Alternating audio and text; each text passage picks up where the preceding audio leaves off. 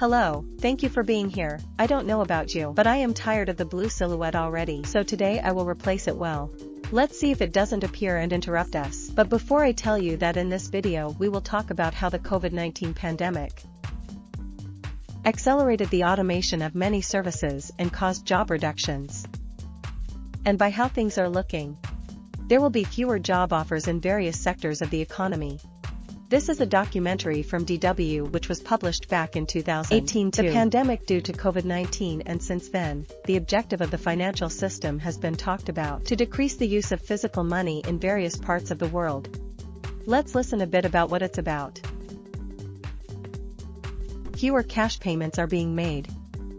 Sometimes I even pay €1.50 with a card because it's easier. In most cases, it is increasingly easier. Is cash disappearing? If I think about it, I make more payments without cash than with cash. Here in Sweden we can no longer use cash. In reality, financial societies, influential politicians and economists from all over the world are working to eliminate cash. In the future we will have digital euros or dollars directly in the central bank. Who will benefit when there is no more cash? Who will be the losers?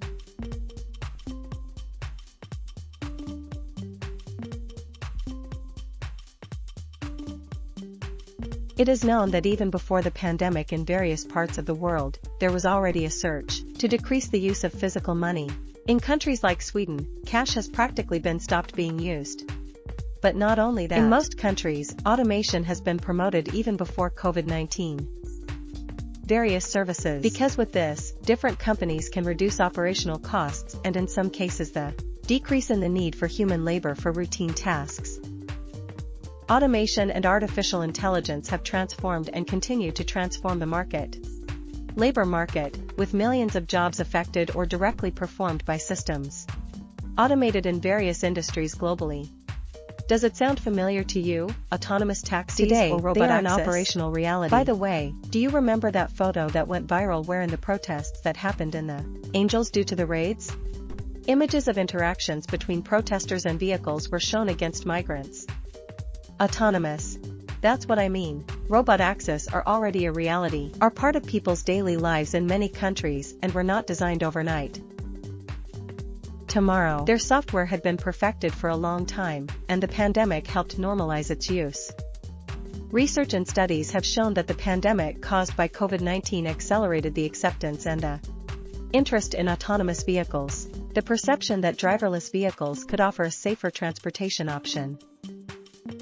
By reducing human contact, it was a factor that drove this interest. The company Waymo, a company of Alphabet, the parent company of Google, was the first to launch a completely driverless robotaxi service for the public in general in Phoenix, Arizona in the United States in October 2020, and in China, companies like Baidu operate large fleets of these vehicles in various cities. The pandemic marked a before and after, not only for the reduction of physical cash circulation. It's true that the use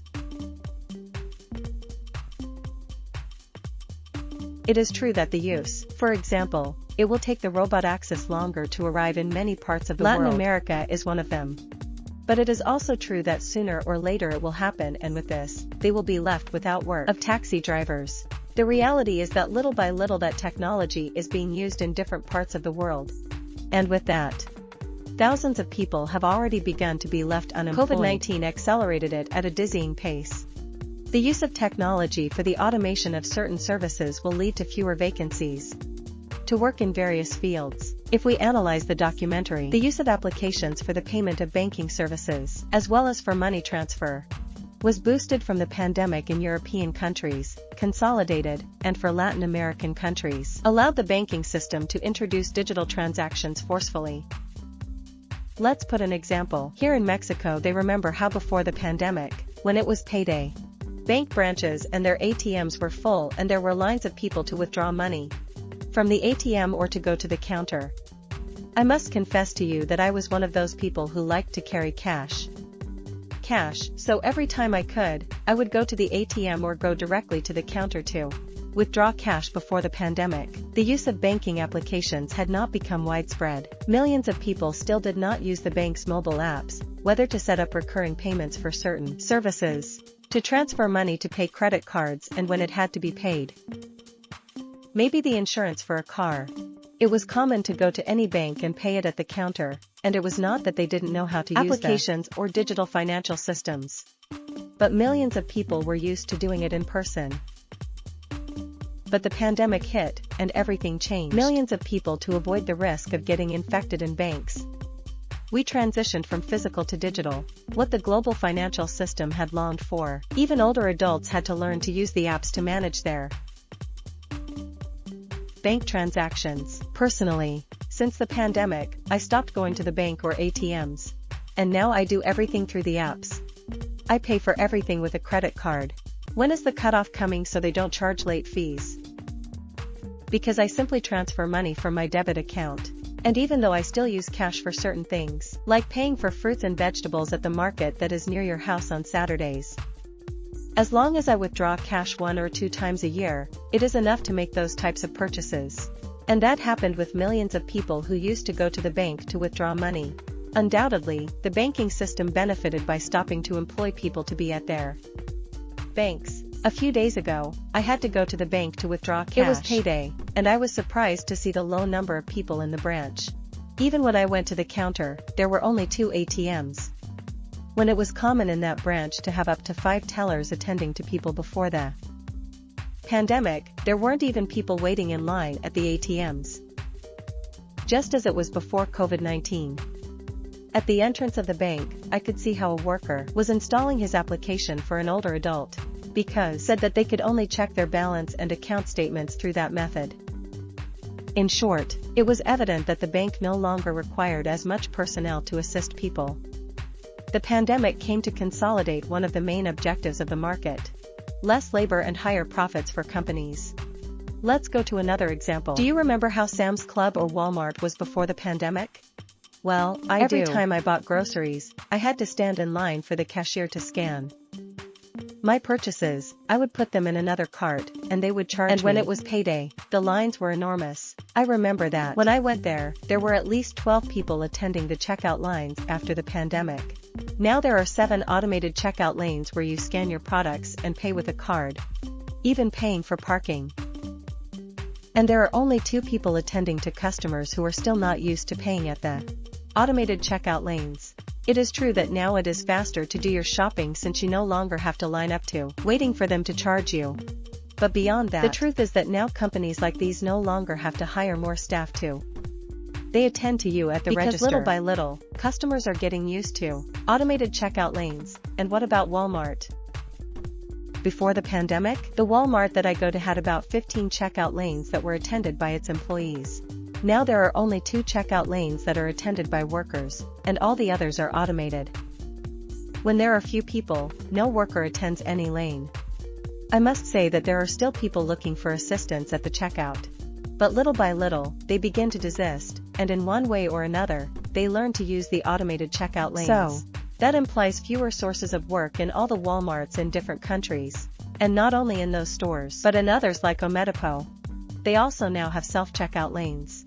Perhaps many are saying, well, not all jobs can be replaced by machines, and they will use the example of the about food delivery. It was a surprise. In some parts of the world, tests are already beginning for deliveries with vehicles. Autonomous vehicles, and also in other countries there are already vehicles making deliveries of packages through. In terms of vehicles, the automation of certain trades or services is a reality, and in just a few years, there will be fewer and fewer job offers, leading to greater social instability. Even jobs like bartending are already being performed by a machine. Don't believe me? So take a look at these images that appear in a documentary that talks about the largest cruise ship in a world where in one of its bars the drinks are served by a machine. How about? Can you imagine when in the bars of the large venues these machines begin to be put in place? We must acknowledge that the pandemic accelerated the use of technology. That will replace much of human work, leaving thousands of people unemployed. The pandemic only accelerated a trend that was already being pushed in the business world. The search for greater efficiency and reduction of operational costs. This, naturally, often involves relying less on human labor for certain tasks, which in turn can impact the profits of companies. Another example of what the pandemic accelerated is online sales, which skyrocketed worldwide. We are seeing less foot traffic in shopping centers and traditional plazas. Modern cities. Think about this before the pandemic. How many of us preferred to go to physical stores or large shopping centers? And now how many have migrated to online shopping, preferring platforms like Amazon or AliExpress? In their early days, companies like Amazon prioritized home delivery through external couriers. Today, convenience has led more people to prefer alternatives like curbside pickup. Delivery companies like DHL or directly to the Amazon hubs, which we now see in various locations. Our cities. Amazon is a clear example of process automation. Before, their operations relied almost exclusively on human labor for the product shipping. Today, although it is still a huge job generator, its processes are increasingly more. It has reduced the demand for workers for repetitive tasks. Automated, which has transformed the types of labor roles needed. And just like other companies are already exploring the delivery of packages with autonomous vehicles, it is very likely that Amazon will follow the same path in the not-too-distant future. You might only have to step out your door, receive your order from an autonomous vehicle and authenticate yourself with a code to take it. The entertainment sector, like cinemas, also feels this impact. Do you think, after the pandemic, how many of us stopped going to the movies as frequently? How many of us now prefer streaming platforms like Disney Plus or Netflix, HBO Max, Amazon Prime, Disney Plus or Max? We realized that almost any movie from the theater, sooner or later, ends up on these platforms and we prefer watching them at home or they will be available for digital rental or purchase. And how much time is left for a new situation that forces us to rethink our outing to the movies? Like an economic crisis or a level of alarming crime? How long will it take before another pandemic forces us to be in isolation again? Social, and with that again they may not be able to go to the movies? The topic of robot access or self-checkout in stores sounded like pure science fiction just 10 years ago. Today all of that is already a palpable reality. It is undeniable that large companies, in their constant search for efficiency and profit optimization, they were already exploring ways to reduce the dependence on human labor for repetitive tasks. COVID-19 gave them an unexpected boost to accelerate that transformation, and this, without a doubt, it is just beginning. In the coming years is a proverb. We will see a significant transformation in the labor market. Some roles could become obsolete, and the competition for certain job positions are pushing wages down, especially in tasks that are easily automatable. Companies will seek to optimize their workforces. What could imply fewer hiring opportunities in certain sectors or temporary jobs? Labor adaptation will be key. While AI will not replace human creativity entirely, it will profoundly transform many jobs, including those considered artistic. Artificial intelligence tools can already generate designs and graphics. I am proof of that. Which means that the role of the graphic designer, for example, it could evolve, and certain types of repetitive jobs in this field could be less in demand. The key will be collaboration with technology, not direct competition. Even capabilities that we once considered exclusively human, like creating, thinking, reasoning and imagining, now they are being enhanced, aided or in some cases even largely assumed by artificial intelligence. This does not necessarily mean a complete replacement of human capability in all contexts. But AI becomes such a powerful tool that allows many to delegate complete stages of the creative process. As an example, listen, creators are asking ChatGPT to generate a complete script about a specific topic. Then they upload that text to tools like CapCut to create the audio. And with that audio and text, they use AI programs to generate the video with images. They even add avatars that sync with the voice, all before uploading it to YouTube and generating viewer emails. This video is not the case because my friend in the blue silhouette is the one who created the whole script and edited the video. He only asked me to narrate it, haha. This shows how AI is enabling people to drastically simplify the steps. Traditional creation. From the conception of the text to the final production of the video. And there is still much more to see. Another important reality is, even before the pandemic, the world was already facing economic challenges, but COVID-19 exacerbated and deepened this crisis. which has had an impact on the social situation globally. A social situation that is reflected in people's discontent, that manifests with violence in every common space where one is capable of hurting. Even due to a discussion stance, since the Industrial Revolution, the debate about the replacement of human labor by machines has been a constant. But the technological advancements had not achieved such integral automation as we see today. Now that possibility has reached us with unprecedented intensity, raising fundamental questions about the future of work and the distribution of prosperity. Is it valid for us to ask a question here? Who benefits the most and how this affects the general well-being of society? And no, it is not a pessimistic vision of my friend in the silhouette. It is a real description of what is happening. But what if we analyze all this? We will be able to find answers and options to move forward with new survival strategies.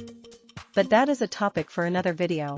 For now, thank you for getting this far. We send you a big hug, and my friend reads you in the comments.